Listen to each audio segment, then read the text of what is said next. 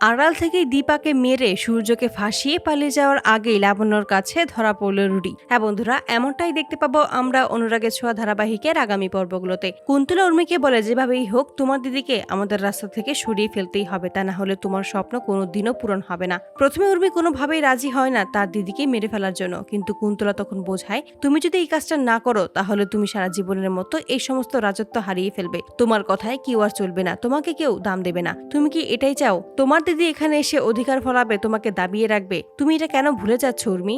আজকে তোমার জীবনে যা হয়েছে তার জন্য শুধুমাত্র তোমার দিদিই দায়ী। ওই রূপার জন্যই কিন্তু তোমার মুখে এরকম পোড়া দাগ এখনো রয়ে গেছে। শুধুমাত্র ওর জন্যই তুমি তোমার ক্যারিয়ারটা গড়তে পারোনি। সবকিছু ভুলে যাচ্ছ তুমি কেন? শুধুমাত্র দীপার জন্যই কিন্তু এই সবকিছু হয়েছে। দীপার ব্যাপারে আরো কথা বলে উর্মিকে উস্কে দেয় দীপার বিরুদ্ধে যাওয়ার জন্য। তাই উর্মি তখন রাজি হয়ে যায়, কুন্তলার সাথে হাত মিলিয়ে দীপাকে মারার জন্য প্ল্যান করে। উর্মি তখন বলে, কিন্তু দিদিকে মারবে কে? কুন্তলা তখন জানায় সূর্য। এতে করে উর্মি অবাক হয়ে যায়। তখনই কুন্তলা বলে, সূর্যকে আমরা এমনভাবে গড়ে তুলবো যেন সূর্যই দীপাকে মেরে ফেলে। দীপাকে মারার দায়ে সূর্যর ফাঁসি হয়ে যাবে, তাহলে তো আমাদের পথের কাটা সম্পূর্ণভাবে শেষ হয়ে যাবে। এতে করে উর্মিও রাজি হয়ে যায়। সূর্যকে কড়া ডোজের ওষুধ দিয়েই দীপার বিরুদ্ধে নিয়ে যায়। দীপার নামে আজেবাজে কথা বলায় সূর্যকে বন্দুক ধরিয়ে দিয়ে বলে দীপাকে যেন সে আজকেই মেরে ফেলে। সূর্য যখনই দীপার দিকে বন্দুক তাক করে তখনই দীপা বলে যে, আপনি এই বন্দুকটা নিচে নামান ডাক্তারবাবু। কিন্তু সূর্য স্পষ্ট জানিয়ে দেয় আজকে এখানে এই নাটকের শেষ হবে, সে আর নিতে পারছে না। আড়াল থেকে রুডি সবটাই দেখতে পেয়ে নিজের বন্দুক দিয়েই দীপাকে গুলি চালায় এবং দীপা সেখানেই মাটিতে লুটিয়ে পড়ে।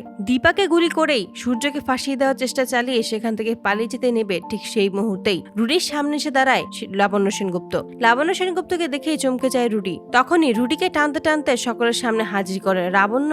রুডির নকল চুল ধরে টান দিতে রুডির পর্দা ফাঁস হয়ে যায়। রুডিকে তখন পুলিশের হাতে তুলে দেয়। তো বন্ধুরা, তোমরা এটাই তো চাও যেন এভাবেই সূর্যকে ফাঁসিয়ে পালিয়ে যাওয়ার আগে লাবণ্যর কাছে যেন ধরা পড়ে রুডি? কমেন্টে জানাও। আর নিয়মিত আপডেট পেতে আমাদের চ্যানেলটি এক্ষুনি সাবস্ক্রাইব করে পাশে থাকো। ধন্যবাদ।